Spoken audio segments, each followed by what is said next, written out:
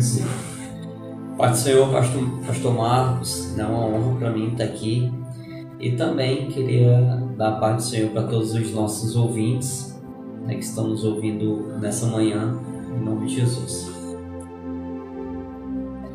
Amém. Né? Também queria mandar um abraço aí para o nosso pastor Daniel, pastor da Igreja Assembleia de Deus, aí no Recanto. Deus abençoe a sua vida, seu ministério, sua casa. Né? Um grande abraço e que o nosso irmão seja sempre essa bênção como o nosso irmão é. Mas sem demora, a gente queria que os irmãos vissem com a gente um texto que está no Evangelho de Mateus, capítulo 22, versículo 34 até o 40. Que diz assim: ao ouvirem dizer que Jesus havia deixado os saduceus sem resposta, os fariseus se reuniram. Um deles, perito da lei, e pôs à prova com esta pergunta: Mestre, qual é o maior mandamento da lei? Respondeu Jesus: ame o seu Deus de todo o teu coração, de toda a tua alma e de todo o teu entendimento. Este é o primeiro e maior mandamento. E o segundo é semelhante a ele: ame o seu próximo como a si mesmo. Destes dois dependem toda a lei e os profetas. Ok? Só para a gente meditar nessa manhã sobre esse texto, a gente vai ver que no contexto desses versículos que nós lemos, na história de Jesus já responde perguntas, pelo menos a 3 grupos, incluindo esse dos fariseus, a respeito de algumas coisas. E o impressionante é que essas perguntas, elas vinham de grupos opositores, pessoas que estavam ali na oposição de Jesus, dos ensinamentos dele. E o que é mais impressionante é que essas pessoas, elas criam em Deus, elas eram do povo de Deus, elas se diziam ter aliança com o Senhor, elas pensavam, ou pelo menos eram para pensar da mesma forma que Jesus pensava. O problema dessas pessoas não era a questão do pensamento, da doutrina que Jesus ministrava, mas sim da popularidade que elas estavam perdendo com a pessoa de Jesus. Jesus responde primeiro um grupo que nós conhecemos como o grupo dos herodianos. Eles chegam para Jesus em busca de uma falha em Jesus e perguntam a Jesus a respeito se era lícito eles pagarem tributos, impostos a César. Jesus pega uma moeda, pergunta de quem é a face que está naquela moeda, ou a figura a qual estava ali naquela moeda, e eles dizem: é de César. Então Jesus vai e diz: pois dá a César o que é de César e dá a Deus o que é de Deus. Jesus mostrando para eles que o reino de Jesus, o reino de Deus, não era algo terreno, apesar da gente viver nessa terra. E eles automaticamente não tem mais o que perguntar. Em seguida vem um grupo dos saduceus perguntando Jesus a respeito da ressurreição, porque eles não criam na ressurreição. Jesus também responde, né, que no reino de Deus não vai haver essa questão de sexo, né? Todos nós vamos ser que nem os anjos. Você vai ver essa história, lógico, lendo esse capítulo. E em seguida o grupo dos fariseus, que era um grupo mais forte. E no texto que nós lemos, a Bíblia diz que eles se reúnem em conselho. Eles fazem uma reunião ali para tentar encontrar uma forma de calar Jesus, de fazer com que Jesus não ficasse tão popular. E a ideia deles era assim, manchar a figura de Cristo, dizer que Jesus não era profeta. Mas Jesus, ele tinha uma missão. Essa missão era apresentar o reino de Deus através do seu evangelho.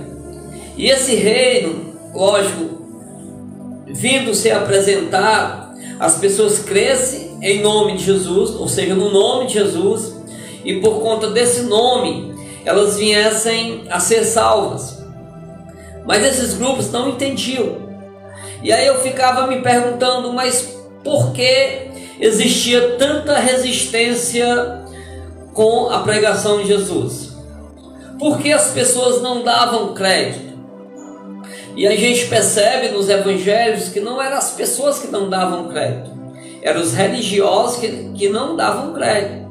Porque aquelas pessoas que os religiosos consideravam pecadores, eles se achegaram a Jesus e foram transformados. Mas no primeiro ponto que eu queria destacar nessa manhã, para a gente aqui que está ouvindo essa palavra, um dos pontos que gerava uma resistência com a pregação de Jesus, com a pessoa de Jesus, era a questão da religiosidade. A gente entende que a religião, ela aparentemente se torna, ou ela é uma coisa boa. Ela tem o termo religião, ela nos dá uma conotação de nos religarmos a Deus, ou seja, de nos mostrar um caminho que nos leva a Deus. Só que a gente precisa entender que a religião, ela não é Deus, ela só aponta para Deus. E muitos de nós, a gente se apega com esses termos religiosos e começa a aplicar isso na nossa vida e se esquece de fazer aquilo que Deus quer que a gente faça. A gente pensa que só por se congregar em uma igreja ou ter uma denominação que nós consideramos a mais pura de todas as denominações, ela vai nos levar a Deus sem que a gente venha se parecer com Jesus. Então a religiosidade sem Deus, ela gera uma resistência aos ensinamentos de Jesus. Ela nos deixa aprisionados. O apóstolo Tiago, no capítulo 1, versículo 26, ele diz que se alguém se considera religioso, mas não refreia a sua língua, engana-se a si mesmo, e a sua religião não tem valor algum. Então o homem religioso, sem se parecer com Jesus, sem andar em conformidade com a palavra que Jesus ministra aos nossos corações, ele está enganando a si mesmo, ele está gerando resistência, ele está colocando muros entre ele e as pessoas que precisam ouvir desse evangelho.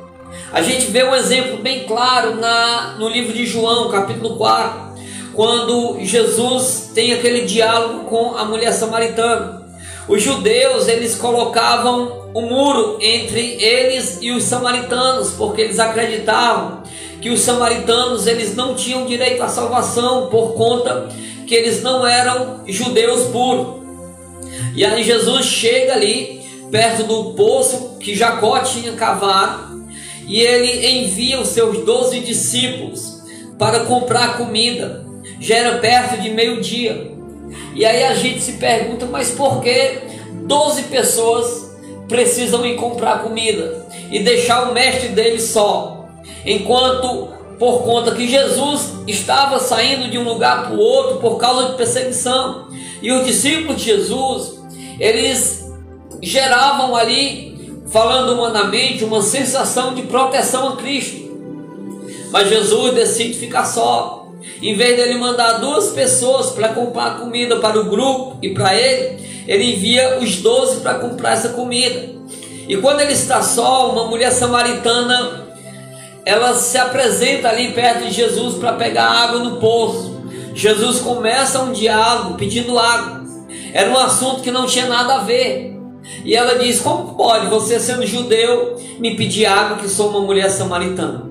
Então, na mentalidade deles, as questões religiosas os separavam.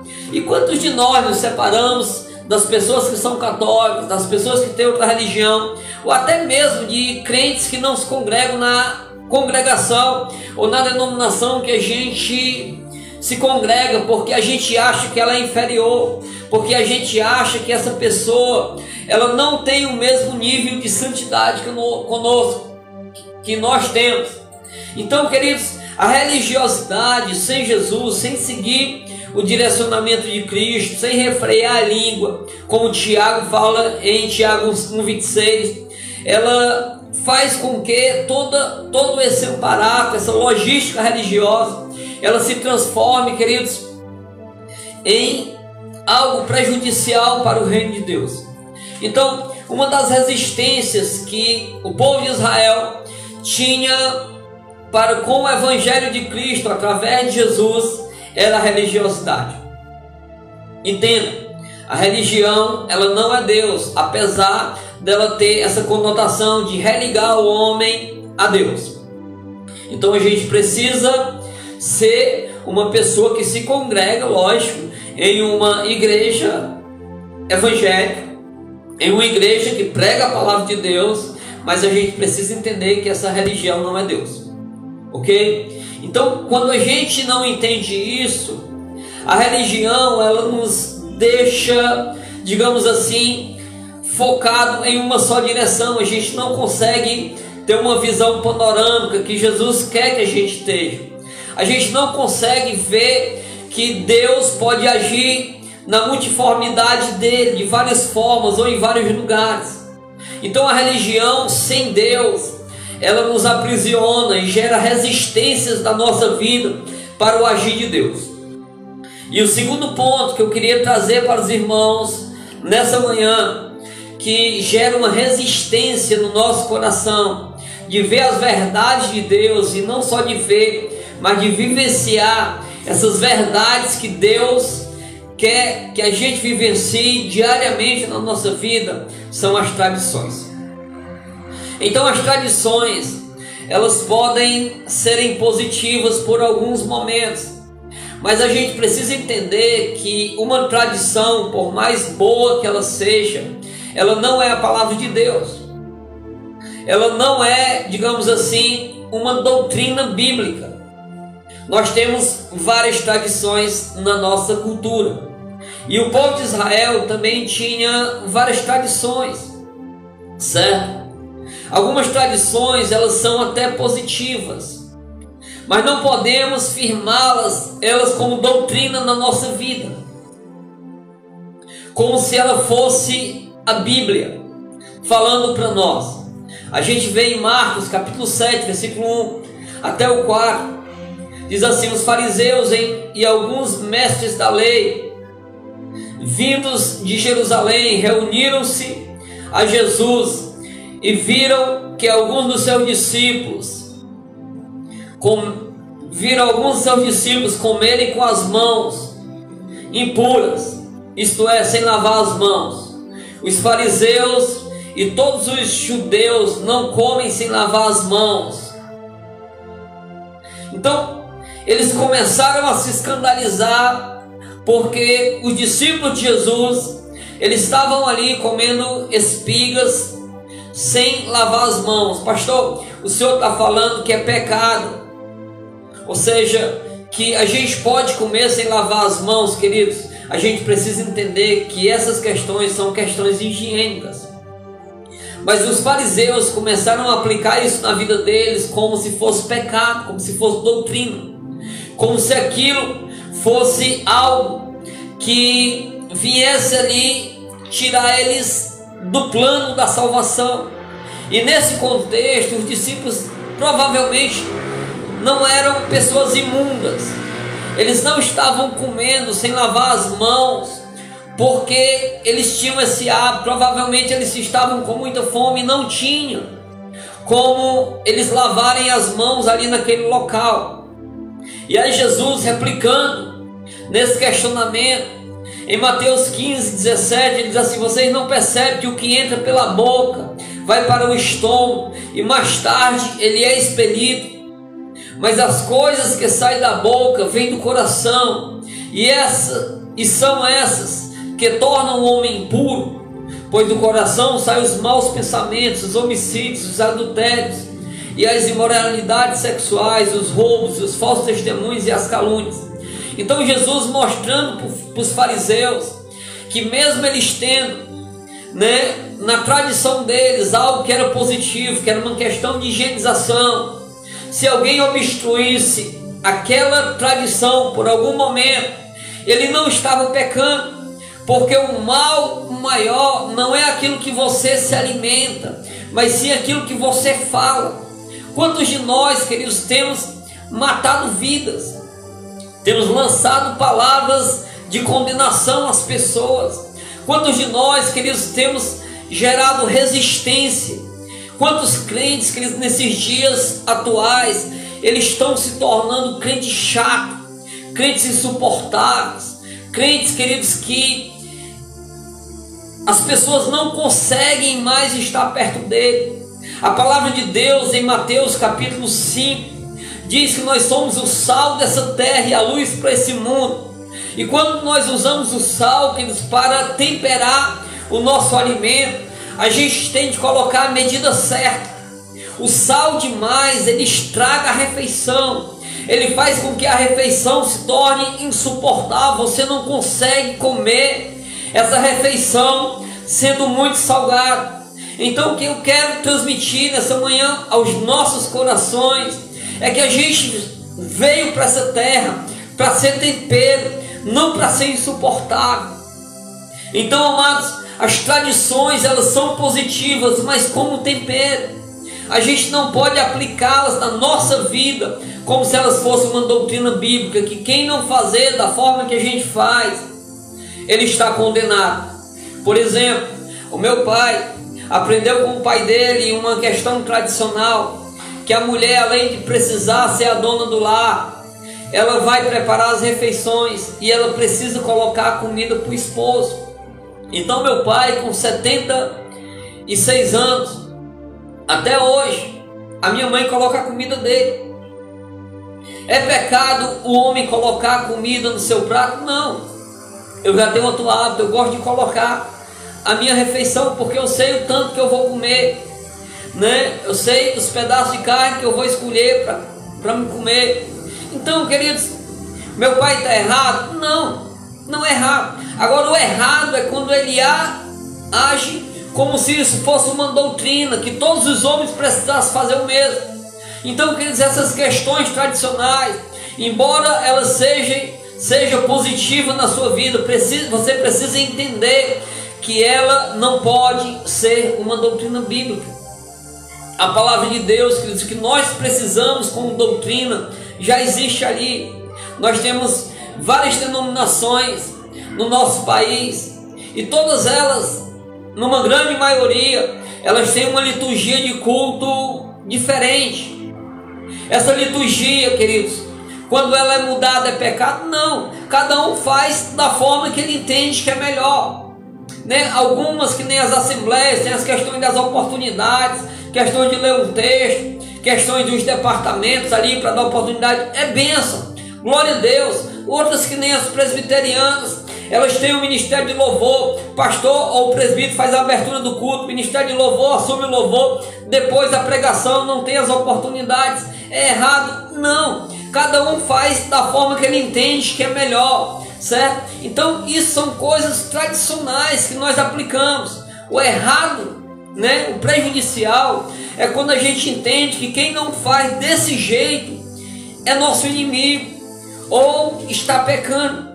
Então a gente precisa, queridos, respeitar as pessoas, respeitar e crer, queridos, que Deus tem um plano de salvação para ela também. Mas como é que a gente vai, né, conseguir mostrar esse plano de salvação as condenando, dizendo que elas estão erradas? De forma nenhuma, queridos. Jesus, ele nunca chegou para condenar as pessoas, ele questionava os religiosos, ele confrontava. Quando uma mulher adúltera, em João capítulo 8, chega aos pés de Jesus para ser apedrejada, existiam muitos acusadores ali, e ele diz: olha, Senhor, essa mulher, segundo a lei, ela foi pega em adultério, pela lei ela precisa ser morta a pedradas. O que a gente faz? Jesus se agacha no chão, começa a escrever, diz: quem tiver pecado pode atirar a primeira pedra. E quando ele volta novamente, não existe mais nenhum daqueles acusadores, só existe Jesus e ela. Jesus era o único que tinha condição de acusar aquela mulher, mas ele olha para aquela mulher e diz: mulher, cadê teus acusadores? Ela diz: Senhor, todos foram embora. Jesus disse para ela: mulher, nem eu te acuso. Então, se o próprio Jesus, ele não usou desse artifício de acusação, mas usou de um método que gerava misericórdia e amor para com as pessoas que estavam em erro, lógico, dando um direcionamento após esse ato de misericórdia. Ele diz: agora vai, não peque mais, para que não te aconteça o pior. Jesus fazia isso. Se ele próprio não acusou, não gerou essas resistências, por que a gente gera? Quem somos nós para nos acharmos que somos melhores do que as pessoas? Então, só para a gente entender, algo que causa resistência também ao Evangelho de Cristo são as tradições, são a religiosidade. E o terceiro ponto que ele diz que pode gerar uma resistência na nossa vida são os títulos. Eu queria que você entendesse nessa manhã que os títulos são positivos no sentido de uma organização. Nós precisamos estabelecer oficiais na igreja ou em qualquer outro lugar que a gente for como instituição. Precisa ter líderes. Só que os títulos sem uma direção de Deus às vezes são prejudicial para nós. Jesus disse aos seus discípulos: aquele que quiser ser o maior, seja o menor. Os que quiserem ser os primeiros, sejam os derradeiros. Jesus lava os pés dos discípulos, se mostrando o mais humilde servo de todos. Então a gente precisa entender que no reino de Deus, quando nós recebermos um cargo de honra, é para a gente se tornar o menor. Nós não fomos chamados para ser servido, a gente foi chamado para servir. Uma vez, pastor Marcos, pastores que estão nos ouvindo aqui, eu recebi um grupo de irmãos lá na nossa casa, e eles vieram para uma programação do ministério. E aí daqui a pouco o gelágua, o garrafão estava vazio, e tinha um garrafão cheio embaixo, precisando só fazer a reposição. E tinha vários líderes ali, pastores, presbíteros, diáconos, e algumas mulheres, e as mulheres trabalhando e a gente sem fazer nada, só olhando. E aí precisava de água. E eu fui, peguei o garrafão, sou acostumado a trocar garrafão de água. E aí o líder que estava lá, um dos líderes, quis me impedir. Aí eu disse: deixa, meu irmão, eu colocar o garrafão. Aí ele disse assim: não, aonde tem ovelha, o pastor não trabalha. Aí eu fui e disse assim: só se for na sua terra, porque na nossa terra os pastores trabalham para cuidar das ovelhas. É eles que levam o alimento para o rebanho. É eles que protegem os rebanhos. Os títulos que nós recebemos não são títulos para a gente ser servido por eles. São títulos que nós recebemos para ser servo de todos. E lá na igreja que a gente está servindo ao Senhor, a gente começou a mudar mentalidades das lideranças. Eu disse para os presbíteros: olha, eu vim para servir vocês. Eu disse para os diáconos: eu vou servir vocês, para vocês aprenderem a servir a igreja. Muitos de nós recebemos títulos, queridos, e nos inchamos. Nós nos revestimos muitas vezes de uma autoridade e usamos de abuso dessa autoridade. Mas isso gera uma resistência ao verdadeiro evangelho. Em Mateus capítulo 6, Jesus adverte aos seus discípulos a respeito de realizar algumas coisas em seu próprio benefício, como usar de um senso de justiça própria, até na hora de dar esmolas. As pessoas, Jesus só esconde uma mão da outra para que a outra não veja. Até a respeito das nossas orações, Jesus diz: cuidado, não seja que nem os hipócritas que oram nas praças, a fim de serem vistos e reconhecidos. Então, Jesus estava advertindo ali a sua geração, seus discípulos, em situações que nós nos envolvemos hoje ainda. Então, ser servo de Deus, queridos, é ter esse coração humilde, esse coração cheio de compaixão, amor pelas vidas. E o amor pelas vidas não é só amar aqueles que nos amam, pelo contrário, Jesus diz nas suas bem-aventuranças que a gente deve orar pelos que nos perseguem, deve abençoar os que nos amaldiçoam, deve amar os nossos inimigos. Isso é coisa de crente. Eu vi uma postagem de uma irmã que está ferida esses dias, e ela disse que perdoava quem tinha ferido ela de todo o coração. Deus tinha ensinado ela a perdoar. Só que ela não queria mais conversa com ninguém.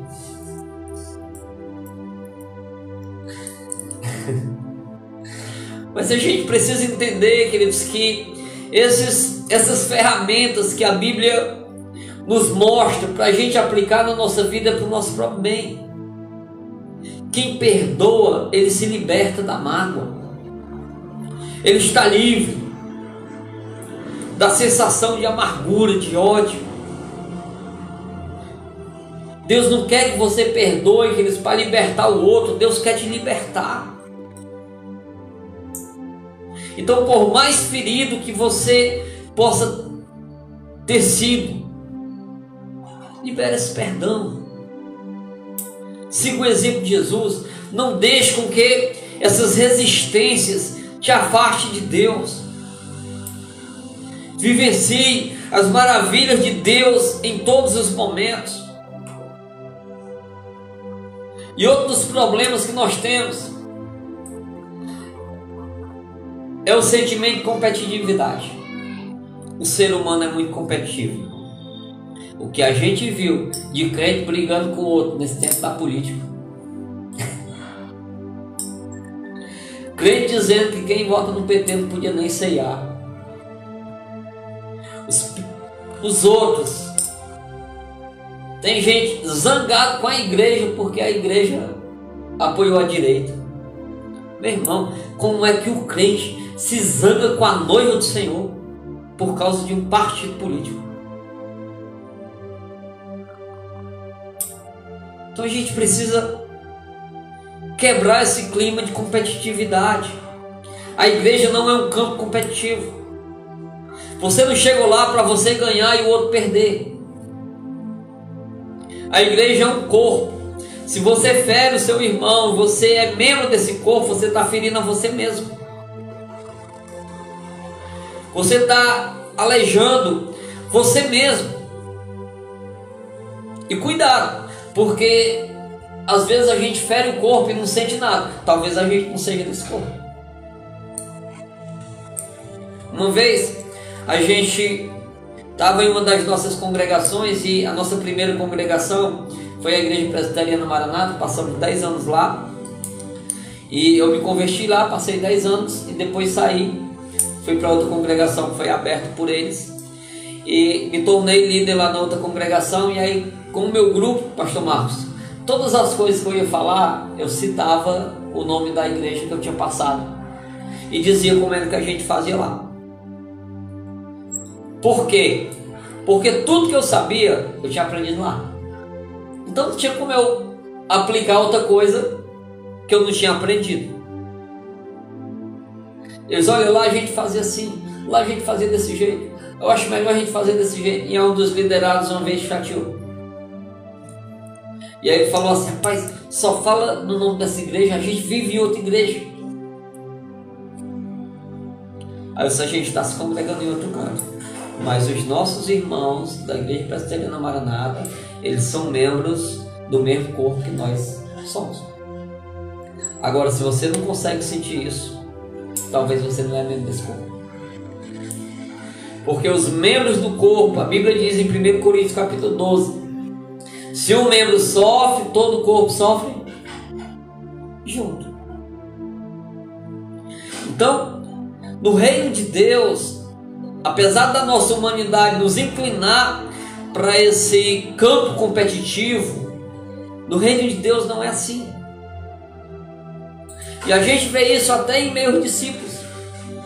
Em Mateus capítulo 20, Jesus tinha acabado de ministrar a parábola dos trabalhadores da vinha, dizendo que o que trabalhou 1 hora ganhou o mesmo tanto de quem começou a trabalhar 6 horas, e ainda mais, ele recebeu primeiro do que os outros, mostrando por discípulos, através daquela parábola, que no reino de Deus não vai ter grande nem pequeno. O cara está com 50 anos de crente, fiel, morreu, foi para o céu. O cara aceitou Jesus, agora morreu, foi para o céu. Vai recebendo o mesmo tanto. Ele mostrando isso. Aí daqui a pouco o João e o Tiago, filho de Zebedeu, pedem a mãe dele para ir falar com Jesus. Senhor, quando tu estiver lá no céu, reserva tuas cadeirinhas bem perto de ti, uma à tua direita e uma à tua esquerda, com meus filhos. Olha aí.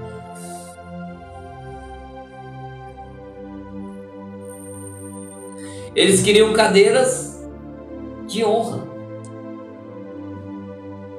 E eu não estou falando que nós não vamos ser honrados. Não é isso. Eu estou falando que o fator principal da vida do crente não é buscar honras aqui na terra. Porque Jesus disse assim para os fariseus: olha, o galardão de vocês já estão recebendo aqui. Uma vez eu estive conversando com um amigo meu que estava sem ir para a igreja. E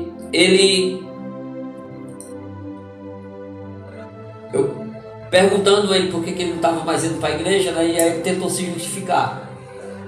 Ele disse assim: não estou não, mas quando tem festa lá na igreja, o pastor manda me chamar, porque ele toca guitarra e toca muito bem, segundo ele. E aí o pastor manda me chamar, e aí eu vou dar um apoio lá, né? Ministrar o louvor. Eu sempre vou. E aí no finalzinho da nossa conversa ele disse assim: pastor, mas tem uma coisa, esse dedinho aqui não toca mais de graça não. Acredita? Eu ir sem ganhar nada? Não, o pastor tem que me pagar. Eu disse: é mesmo, irmão? E aí eu disse para ele: você sabia que esse talento que você tem foi Deus que manifestou na sua vida? Ele: sei, foi Deus. E Deus manifestou esse talento na tua vida, sabe para quê? Para glorificar Ele. Sei, foi Deus fez isso. Pronto. Só que você já está recebendo o seu galardão aqui. Cuidado, para você não se enquadrar no meio daqueles que Jesus falou lá em Mateus capítulo 7. Lá pelo versículo 22 e 23, que eles vão dizer: Senhor, a gente ministrou louvor em Teu nome. Senhor, a gente profetizou, a gente pregou o Evangelho, nós operamos milagres em Teu nome. E aí Jesus vai olhar para essa galera e vai dizer assim: e vocês ganharam o quê? Por quanto vocês fizeram isso lá na terra? Qual foi o preço de vocês? Vocês foram por amor a mim ou por causa que alguém lhe ofereceu dinheiro? E aí a gente não vai poder mentir na presença de Jesus. Mesmo o ser humano mentindo na presença de Deus, nem o pai da mentira consegue mentir. Você vai ter de falar a verdade. Aí Jesus vai dizer assim: pois pronto, eu não lhe devo nada. Você não tem nada para receber aqui. O que você tinha para receber, você já recebeu lá. Então, queridos, não é porque Deus é mau, de forma nenhuma. Em Timóteo, capítulo 2, versículo 3, 1 Timóteo, Jesus diz, ou seja, Paulo escreve para Timóteo, diz assim: isto é bom e agradável perante Deus, nosso Salvador, que deseja que todos os homens sejam salvos e cheguem ao pleno conhecimento da verdade. A vontade de Deus não é que existam essas resistências para servir a Ele. A vontade de Deus é que eu e você seja salvo. chegue o pleno conhecimento da verdade. Que verdade é essa? A verdade de João 8,32. Conhecereis a verdade e a verdade vos libertará. E o Filho de Deus vai libertar você. Essa é a vontade de Deus. Pastor, eu não entendo. João 14,6. Jesus dizendo, olha só, eu sou o caminho, a verdade e a vida, e ninguém vem ao Pai se não for por mim. A gente precisa aplicar isso na nossa vida. Pastor, mas eu sou falho. Eu tenho meus defeitos, que eles também somos. A gente não está aqui nessa manhã tentando trazer uma mensagem para condenar as pessoas. A mensagem de Jesus não era isso.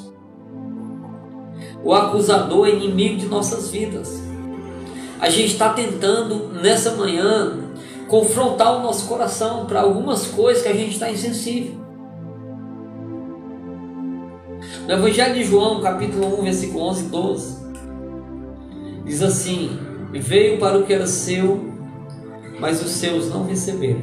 Contudo, aos que o receberam e aos que creram no seu nome, deu-lhe o direito de se tornarem filhos de Deus.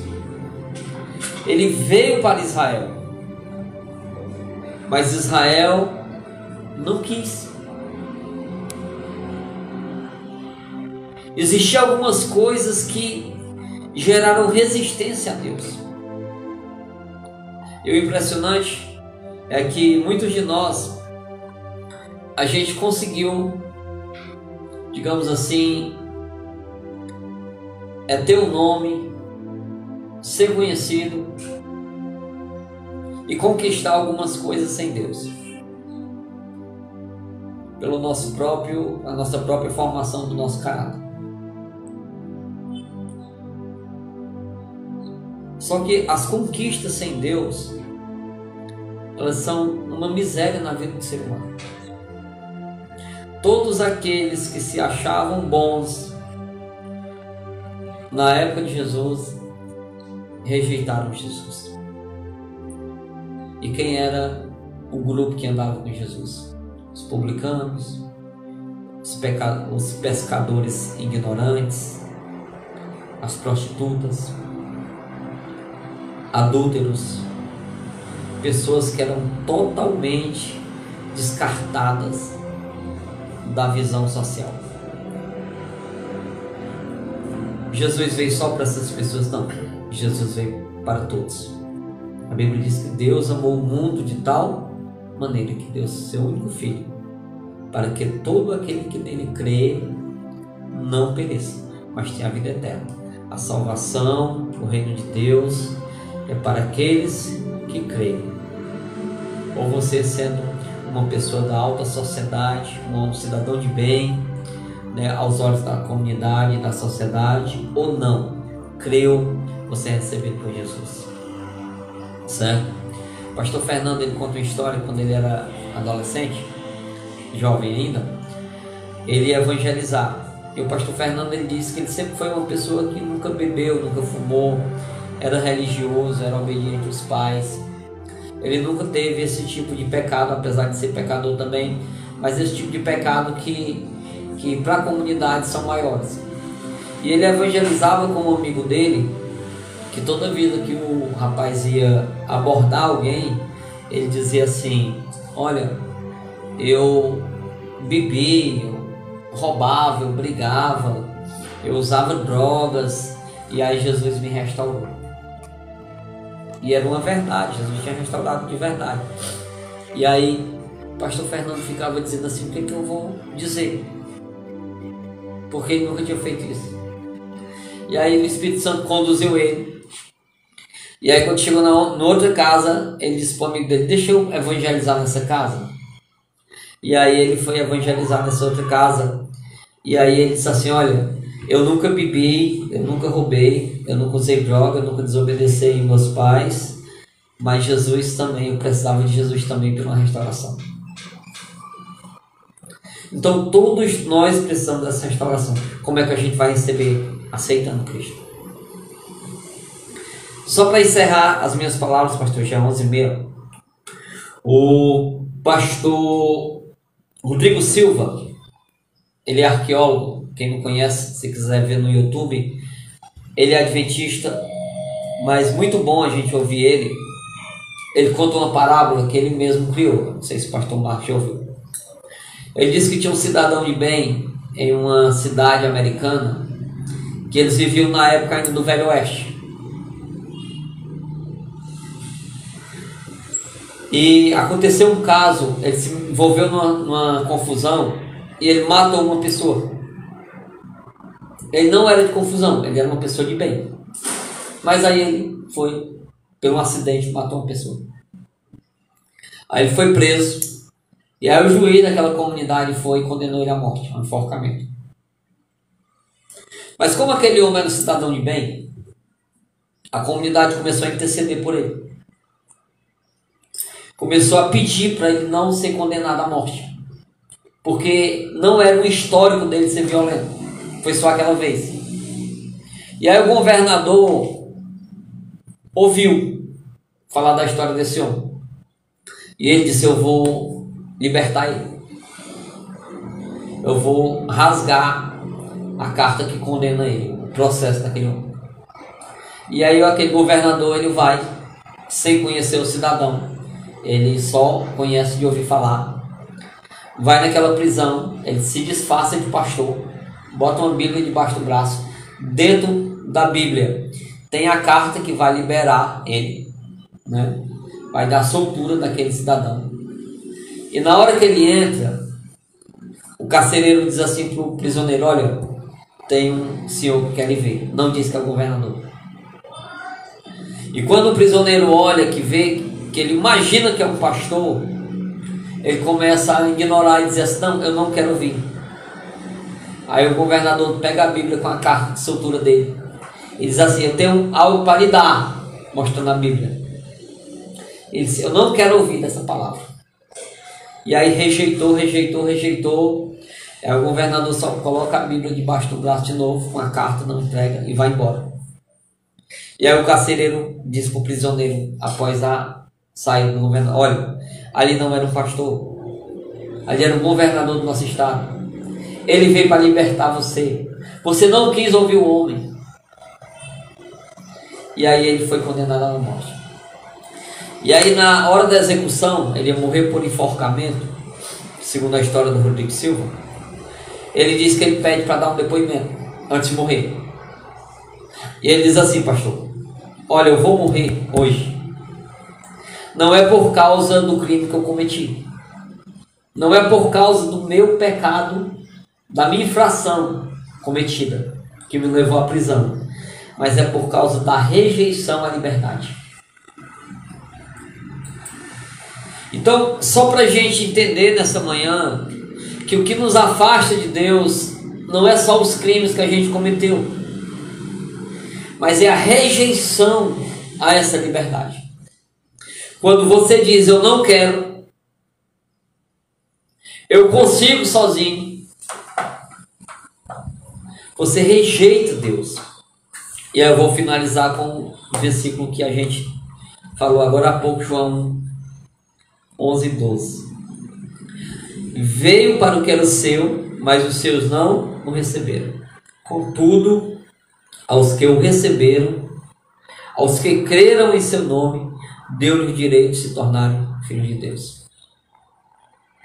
Então que nessa manhã, além de crer, receba Jesus. Não fique com resistências. E se alguém fez alguma coisa que lhe desagrada, não olhe para aquele irmão como se ele fosse seu inimigo. Olhe com o olhar de Cristo, que é um olhar de amor, de compaixão, de misericórdia. Então, que essa palavra fique aplicada no coração dos meus irmãos. Deus abençoe. Pastor, antes de eu encerrar, eu queria só mandar um abraço para o pessoal de Parambu, né, os nossos irmãos. A gente passou o final de semana lá, fomos na sexta e chegamos na segunda-feira, né, voltamos de lá na segunda pela manhã. Queria agradecer à pastora Vera, que nos deu suporte, né, de nos hospedar lá na casa dela. Todos os irmãos, a Raquel, o Francisco, o Bruno e a Camila, que foram nos visitar na igreja. Ficamos muito felizes com a presença deles ali, né? Lógico, eles foram para prestar culto a Deus, mas também para nos ver. Então, Deus abençoe a vida deles. Queria mandar um abraço para a irmã Emília, né? A gente não conseguiu ver ela. E para o nosso irmão Carlos e também para o nosso irmão Marcelo, viu? Que são os líderes que estão auxiliando a nossa pastora ali naquela comunidade. Então, Deus abençoe a comunidade aí, a cidade de Parambu, e os nossos irmãos em Cristo que se congregam ali naquela igreja.